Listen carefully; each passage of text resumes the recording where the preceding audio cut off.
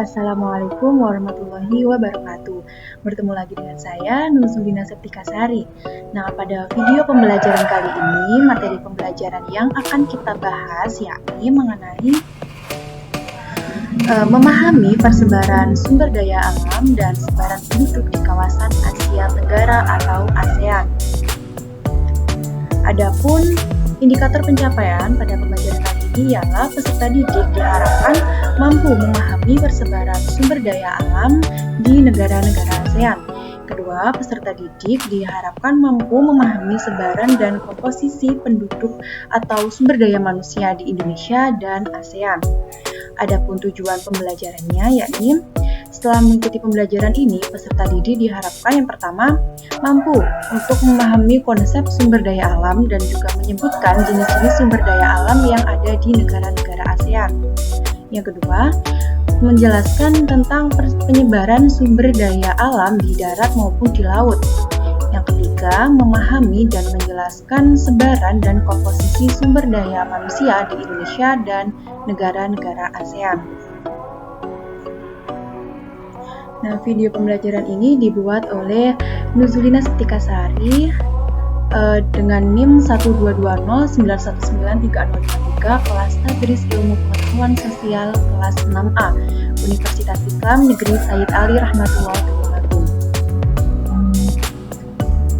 Sebelum kita menuju materi utama, mari kita ulas kembali sedikit materi yang ada pada video pembelajaran kita sebelumnya, yaitu terkait apa itu negara ASEAN dan bagaimana iklim yang ada di negara-negara ASEAN.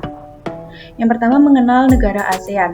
ASEAN atau Association of Southeast Asian Nations merupakan sebuah organisasi yang beranggotakan negara-negara yang ada di Asia Tenggara.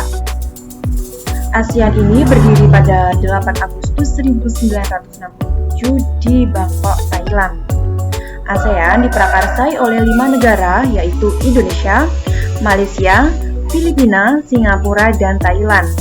Nah, untuk saat ini ASEAN ini beranggotakan 10 negara loh, yaitu Indonesia, Malaysia, Filipina, Singapura, Thailand, Brunei Darussalam, Vietnam, Laos, Myanmar, dan Kamboja. Nah, yang kedua ialah pembagian iklim di negara ASEAN. Seperti yang telah kita ketahui bahwasanya letak astronomis wilayah ASEAN itu berada pada 28 derajat lintang utara sampai 11 derajat lintang selatan dan 92 derajat bujur timur sampai 141 derajat bujur timur. Nah, berdasarkan pada letak lintangnya, menurut kalian apa sih iklim yang ada di wilayah Asia Tenggara? Nah, amatilah gambar di samping. Setelah mengamati peta matahari, ternyata berdasarkan letak lintangnya, sebagian besar negara-negara di ASEAN itu terletak di wilayah yang berada pada iklim tropis. Dan hanya sebagian negara yang memiliki iklim subtropis, yaitu Myanmar. Mari kita menuju kepada pembahasan kita yang ada pada video pembelajaran kali ini, yakni terkait sumber daya alam di kawasan Asia Tenggara. Nah, sumber daya alam dapat digolongkan sebagai berikut. Yang pertama ada sumber daya alam berupa tanah. Sumber daya alam di kawasan Asia Tenggara ini beraneka ragam jenisnya, sesuai dengan proses pembentukannya. Berikut ini ada beberapa jenis tanah yang mendominasi di kawasan Asia Tenggara, yakni yang pertama ada tanah vulkanik dan tanah aluvial. Tanah vulkanik merupakan jenis tanah dari hasil proses vulkanisme atau gunung berapi. Nah, tanah jenis ini tuh sifatnya ialah subur. Karena subur, maka sangat baik untuk dikembangkan pada sektor pertanian. Tanah jenis ini dapat ditemukan di negara-negara kawasan Asia Tenggara, terutama di negara Indonesia, Thailand, Malaysia, dan Myanmar yang merupakan sebuah negara yang memiliki banyak gunung api. Yang B ialah tanah aluvial atau tanah endapan. Tanah aluvial merupakan jenis tanah yang dibawa dan diendapkan oleh aliran air sungai. Karena subur, tanah aluvial ini sangat baik dikembangkan juga untuk pertanian. Nah, tanah aluvial terdapat di lembah atau tepi aliran sungai dan delta. Di kawasan Asia Tenggara, tanah aluvial ini dapat ditemukan atau banyak ditemukan di lembah dan delta Sungai Nan, Sungai Mekong, dan Sungai Bengawan Solo. Yang kedua, ada hutan atau flora dan fauna. Kawasan Asia Tenggara sebagian besar memiliki iklim tropis dengan curah hujan yang cukup tinggi, sehingga dengan keadaan tersebut dapat menumbuhkan hutan tropis yang kaya akan jenis flora dan fauna yang hidup di dalamnya. Nah, hutan itu juga dapat menghasilkan kayu dan juga rotan yang sangat berguna untuk beraneka ragam macam barang dan bahan bangunan. Berikut ialah gambar hutan tropis dan beberapa flora dan fauna yang hidup di kawasan Asia Tenggara. Yang ketiga, ada sumber daya alam berupa perairan. Kecuali Laos, semua negara yang ada di kawasan Asia Tenggara itu memiliki wilayah laut. Laut merupakan sumber daya alam yang juga sangat penting. Nah, bisa dilihat pada peta yang ada di PPT. Di situ posisi Laos diapit oleh negara Thailand dan negara Vietnam, sehingga di situ negara Laos tidak memiliki sumber daya berupa perairan. Yang keempat, ada sumber daya alam berupa tambang. Nah, kecuali Singapura, setiap negara di kawasan Asia Tenggara itu memiliki hasil tambang. Singapura itu adalah negara kecil yang tidak memiliki hasil tambang yang berarti. Berikut ada bagan dapat diketahui di situ negara Indonesia memiliki barang tambang seperti minyak bumi, batu bara, timah, emas, perak. Negara Filipina memiliki sumber daya berupa tembaga, nikel, emas, timber, seng, kobalt, batu bara, krom, dan mangan. Negara Malaysia memiliki sumber daya tambang berupa biji timah, bauksit, biji besi, minyak bumi. Sedangkan Singapura tidak memiliki hasil tambang. Di Thailand terdapat timah dan mangan. Di Brunei memiliki barang tambang berupa minyak bumi dan gas alam. Di Vietnam, sumber daya tambangnya berupa batu bara, besi, timah, emas, antimoni, krom, dan fosfat. Di negara Laos, sumber daya tambangnya berupa timah, biket batu bara, besi, tembaga, emas, gips, dan belerang. Di Myanmar, sumber daya tambangnya berupa timah, timbal, seng, perak, minyak bumi, mangan, tungsten, emas, batu mulia, dan juga batu giok. Sedangkan di Kamboja, barang tambang yang dimilikinya berupa biji besi, batu bara, tembaga, fosfat, dan juga emas. Nah, materi yang akan kita bahas selanjutnya yakni penduduk di kawasan Asia Tenggara. Suku bangsa di kawasan Asia Tenggara.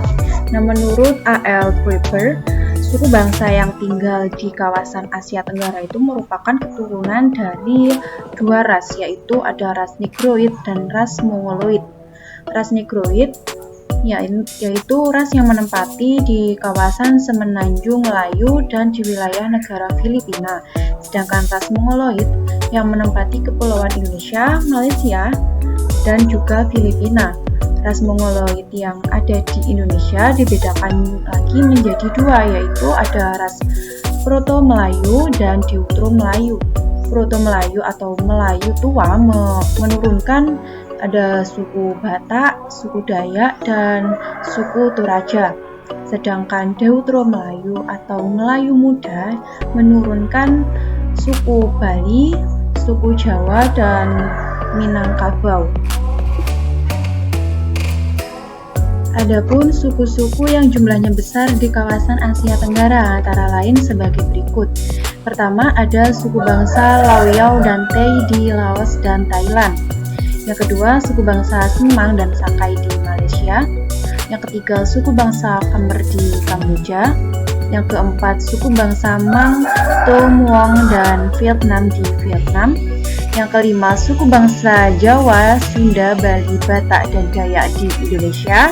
Dan yang keenam ada suku bangsa Cina, India, Melayu, dan Pakistan di Singapura.